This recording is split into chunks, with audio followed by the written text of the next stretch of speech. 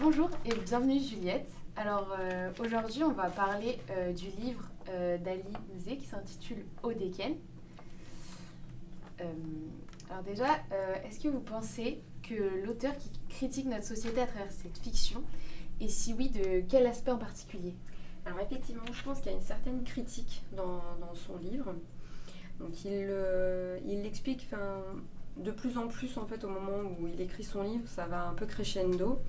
Je pense qu'il critique en fait cette différence qu'il y a entre les gens qui ont peu de moyens et ceux qui en ont plus et ceux qui en tirent parti. Et après comment on arrive à récupérer les moins aisés euh, pour tirer parti d'eux en fait, leur faire le mauvais travail. Ce qu'on a un petit peu dans notre société actuelle où effectivement, bon, je vais prendre peut-être le cliché un peu des cités, mais par exemple on a ces gens qui ont un peu de moyens puis qui vont chercher ces jeunes des cités pour leur faire faire le sale boulot.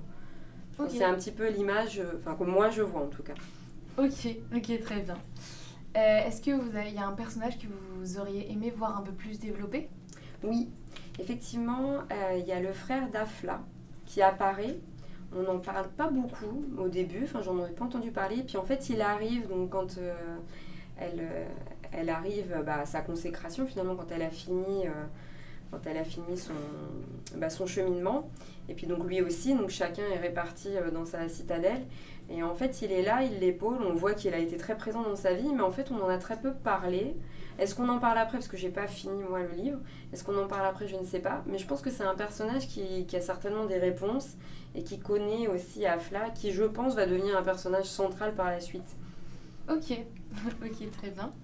Est-ce que vous avez ressenti de l'émotion en lisant certaines scènes et lesquelles? Oui. Alors justement, cette scène avec son frère, je l'ai trouvée intéressante. Je l'ai trouvée aussi pleine d'amour parce qu'on voit qu'il y avait une vraie connivence entre ces deux personnages. Mhm. Après, il y a bien entendu une scène particulière parce que certains personnages perdent leur ami.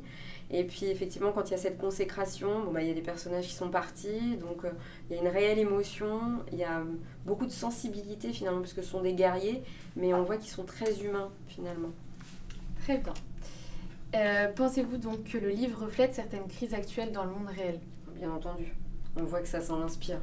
Malheureusement, ça s'en inspire, mais oui.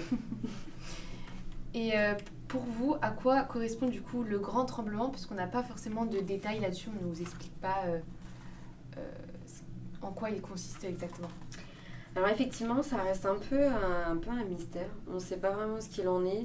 Alors moi, j'ai imaginé peut-être une bombe atomique, euh, parce que ça peut être inspiré peut-être de la Seconde Guerre mondiale. Après, est-ce que ça peut être vraiment un tremblement de terre qui a été très très important et du coup qui a écarté ces mondes et ce qui fait que ça a un peu changé, ça fait un peu post-apocalyptique.